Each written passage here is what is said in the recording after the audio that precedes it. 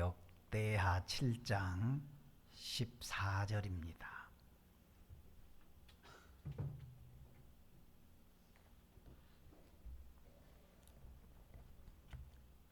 역대하 7장 14절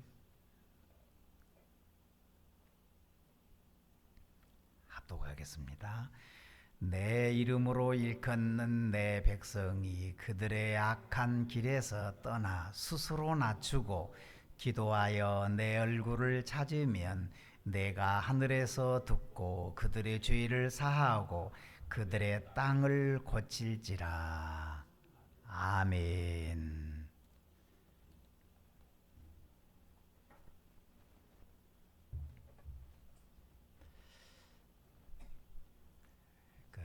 미국의 역대 대통령이 취임식을 할 때 성경 말씀 위에 손을 얹고 선언을 합니다. 성경 위에 손을 얹고 선서를 한 전통은 미국 초대 대통령이었던 워싱턴이 취임식을 하면서부터 이 전통이 이어져 가고 있습니다. 워싱턴은 창세기 49장 22절로 25절 말씀을 인용을 하면서 신앙을 강조하며 선서를 했습니다. 이렇게 성경 위에 손을 얹고 선서를 하는 것은 청교도 신앙의 영향을 보여주는 대표적인 사례라고 얘기를 할 수 있습니다. 헌법상 필수 상황은 아닙니다. 그러나 시대적인 과제를 해결할 지도자에게 그들은 성경 말씀이 길잡이로 믿는 겁니다. 방향으로 생각합니다. 이 성경 말씀이 내가 이 대통령직을 하는 동안에 가이드로 생각한 겁니다. 속도보다 중요한 것은 방향입니다. 그래서 아이젠하워, 레이건, 오바마 이런 대통령은 오늘 본문 말씀 역대하 7장 14절 말씀을 인용하면서 선서를 했습니다. 내 이름으로 일컫는 내 백성이 그들의 악한 길에서 떠나 스스로 낮추고 기도하여 내 얼굴을 찾으면 내가 하늘에서 듣고 그들의 죄를 사하고 그들의 땅을 고칠지라. 할렐루야. 이 말씀 위에 손을 얹고 선서를 했습니다. 붙잡았습니다. 오늘 말씀은 솔로몬 왕이 성전을 다 건축한 다음에 낙성식을 하면서 하나님께 찬양을 하고 기도를 했습니다. 이렇게 찬양하고 기도를 했더니 하나님께서 이렇게 주시겠다는 약속을 하나님께서 주셨습니다. 그래서 역대하 6장 21절을 보면 주의 종과 주의 백성 이스라엘이 이곳을 향하여 기도할 때 주는 그 간구함을 들으시되 주께서 계신 곳 하늘에서 들으시고 들으시사 사하여 주옵소서. 28절은 만일 이 땅에 기근이나 전염병이 있거나 곡식이 시들거나 깐부기가 나거나 메뚜기나 황충이 나거나 적국이 와서 성읍들을 에워싸거나 무슨 재앙이나 무슨 질병이 있거나를 막론하고, 그리고 29절 중반쯤에서 보면 이 성전을 향하여 손을 펴고 무슨 기도나 무슨 간구를 하거든 그랬어요. 30절은 주는 계신 곳 하늘에서 들으시며 사유하시되 각 사람의 마음을 아시오니 그의 모든 행위대로 갚으시옵소서. 주만 홀로 사람의 마음을 아심이니이다. 그리고 31절에 그리하시면 그들이 주께서 우리의 조상들에게 주신 땅에서 사는 동안에 항상 주를 경외하며 주의 길로 걸어가리이다 그랬어요. 성전을 건축한 다음에 이 성전에 올라와서 기도를 하거나 이 성전을 향하여 기도할 때 하나님 종들에게 복을 주소서, 은혜를 베풀어 주소서, 땅에 복잡한 문제들이 엉켜져 있을 때 이 문제를 풀어주소서. 하나님 앞에서 기도할 때 이런 문제들이 해결되기를 바랬습니다. 그래서 6장 말씀은 찬양과 기도 얘기입니다. 한 절 한 절이 굉장히 길게 되어 있습니다. 이렇게 6장은 기도장이고 7장 내용은 하나님의 응답장입니다. 응답에 대한 말씀입니다. 솔로몬 왕은 왕궁을 짓는데 13년이 걸렸습니다. 성전을 짓는데 7년이 걸렸습니다.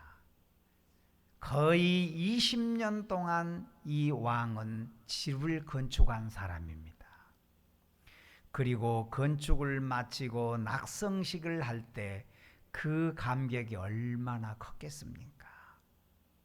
그리고 하나님께 기도를 합니다. 하나님, 누구든지 이 성전에 올라와서 기도할 때 하나님 사해 주시고 고쳐 주시고 복을 주시고 은혜를 주셔서 기도를 했습니다.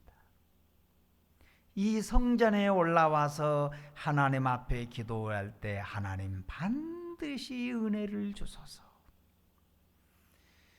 12절에는 밤에 여호와께서 솔로몬에게 나타나 그에게 이르시되 내가 이미 내 기도를 들었고 그랬어요. 6장에서 기도를 했는데 그 기도를 이미 들었다 그랬어요. 그리고 솔로몬에게 다시 말씀을 한 겁니다. 내 이름으로 일컫는 내 백성이 그들의 악한 길에서 떠나 스스로 낮추고 기도하여 내 얼굴을 찾으면 내가 하늘에서 듣고 그들의 죄를 사하고 그들의 땅을 고칠지라. 옛날 우리 조상들은 하나님을 모르는 가운데서도 비가 오지 않거나 한재가 닥치면 감옥에 있는 죄수들을 석방해 주는 일들이 있었습니다. 사람들이 아무리 공정하게 재판을 했다 하더라도 완전할 수는 없습니다. 어디엔가 억울한 사람이 갇혀 있을 수 있나 싶었습니다. 그래서 감옥에 있는 죄인을 한재가 닥치면 석방을 해주는 겁니다. 그렇게 하면서 하늘에서 비가 내리기를 기다렸습니다. 태종 때 일입니다. 오랫동안 비가 내리질 않습니다. 농사를 지을 수가 없습니다. 사람들이 굶어 죽어갈 판입니다. 임금은 감옥에 있는 죄수들을 석방을 합니다. 기우제를 드렸지만 비가 내릴 기미가 전혀 보이지 않았습니다. 왕은 고민이 더 깊어집니다. 비가 내릴 기미가 보이질 않습니다. 가만히 생각을 합니다. 그 생각이 궁녀들에게 미쳤습니다. 수천 명이나 되는 그 궁녀들, 그들이 어쩌다가 궁으로 들어와서 청춘을 희생하고 있는 겁니다. 분명히 그 중에는 결혼을 해서 자녀를 낳고 가족을 가지고 싶은 자들도 있었을 겁니다. 그래서 왕은 궁녀들에게 혼숙감까지 주어서 출가를 시켜줍니다. 그러자 비가 내렸다 하는 그런 얘기입니다. 여기 14절 끝부분에 보면 그들의 땅을 고칠지라 그랬어요. 땅을 고칠지라. 그들의 땅을 고칠지라, 이 말씀 전에 네 가지의 말씀을 주목해야 됩니다. 그들의 땅을 고칠지라, 이 말씀 전에 하나님은 네 가지를 얘기했습니다. 첫 번째가 스스로 낮추고 그랬어요. 스스로 낮추어라. 여러분, 알곡은 고개를 숙입니다. 쭉정이는 고개를 숙일 줄을 모릅니다. 겸손한 사람은 나를 낮춥니다. 그리고 형제를 높일 줄 압니다. 여러분, 바리새인들의 약점은 세리를 멸시했습니다. 아주 나쁜 습관입니다. 존경할 줄을 모릅니다. 여러분, 교회에서 우리는 서로 만날 때마다 사람을 귀하게 보아야 합니다. 받은 은혜를 헛되이 쓰면 안 됩니다. 섬기라고 하는데 은혜가 있습니다. 사람을 귀하게 여겨야 됩니다. 스스로 낮추고 그랬습니다. 우리의 신앙일은 이런 모토를 가지고 살아야 됩니다. 실력은 높게, 자세는 낮게. 그래야 은혜를 받습니다. 그래야 오랫동안 은혜를 누리며 살 수 있습니다. 그래서 솔로몬에게 하나님께서 말씀하는 겁니다. 땅을 고쳐주는데 꼭 너가 알아야 될 게 있다. 스스로 낮추어라 그랬어요. 여러분, 예배 드릴 때마다, 기도할 때마다 낮추는 기도를 하기를 소망합니다. 스스로 낮추고 그랬어요. 두 번째는 기도하여 그랬습니다. 기도하여. 내 주장을 너무 내세우지 말고 하나님의 뜻을 물어라, 그 얘기입니다. 여러분, 기도하지 않는 것은 불신앙입니다. 하나님을 불신하는 겁니다. 우리는 믿습니다. 구하라 주실 것이요. 무릎을 꿇고 기도하면 하늘 문이 열릴 줄 믿습니다. 여러분, 한나의 기도가 왜 유명합니까?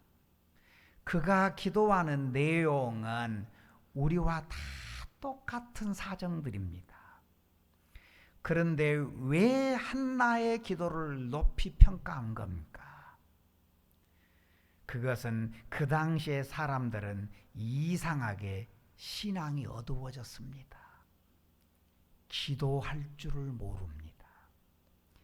기도 신앙을 잊어버렸습니다. 하나님 앞에 벙어리가 되어버렸습니다. 하나님의 능력을 구하지 않았습니다. 기도할 줄을 모르는 시대였습니다. 그런데 한나는 하나님을 믿고 기도를 했습니다. 그 당시에는 기도를 잃어버리는 사람 캄캄한 시대였는데 이 한나는 하나님 앞에 나와서 기도를 했습니다. 여기 기도하여 그랬습니다. 솔로몬에게 얘기한 겁니다. 기도하는 사람이 되라. 방황하는 자 되지 말고 기도하는 사람이 되라. 여러분, 기도할 때 하늘 문이 열리게 됨을 믿습니다. 세 번째는 내 얼굴을 찾으며 그랬습니다. 내 얼굴을 찾으면. 하나님은 분명히 영이시기 때문에 얼굴이 없습니다. 만일 내가 하나님의 얼굴을 보았다 하면 그건 헛것 본 겁니다. 하나님은 영이십니다. 얼굴이 없습니다. 그런데 왜 내 얼굴을 찾으면 얘기했느냐? 이것은 마치 어린아이가 엄마의 얼굴을 보고 행복하게 느끼는 시간입니다. 엄마의 얼굴을 올려다보는 것 같이 귀한 게 없습니다. 하나님을 그렇게 찾는 겁니다. 하나님이 가까이 계시는 것처럼 하나님의 은혜를 구하는 간절한 눈으로 주님을 바라보라, 그런 얘기예요. 다니엘이 그랬습니다. 포로 잡혀가서 공부할 때 그는 하나님이 나와 가까이 하심을, 함께 하심을 그는 의식했습니다. 이 의식이 절대로 식지 않았습니다. 그랬더니 10배의 지혜를 얻었습니다. 다니엘은 모든 이상과 몽조를 깨달았습니다. 하나님의 뜻을 아는 영광도 있었습니다. 이것이 무엇이냐? 하나님이 함께하는 증거입니다. 내 얼굴을 찾으면 여러분 주를 바라보기를 소망합니다. 주님을 생각하기를 소망합니다. 그리고 네 번째가 악한 길에서 떠나 그랬습니다. 잘못된 삶의 자세를 고쳐나가는 겁니다. 회개의 열매를 맺는 겁니다.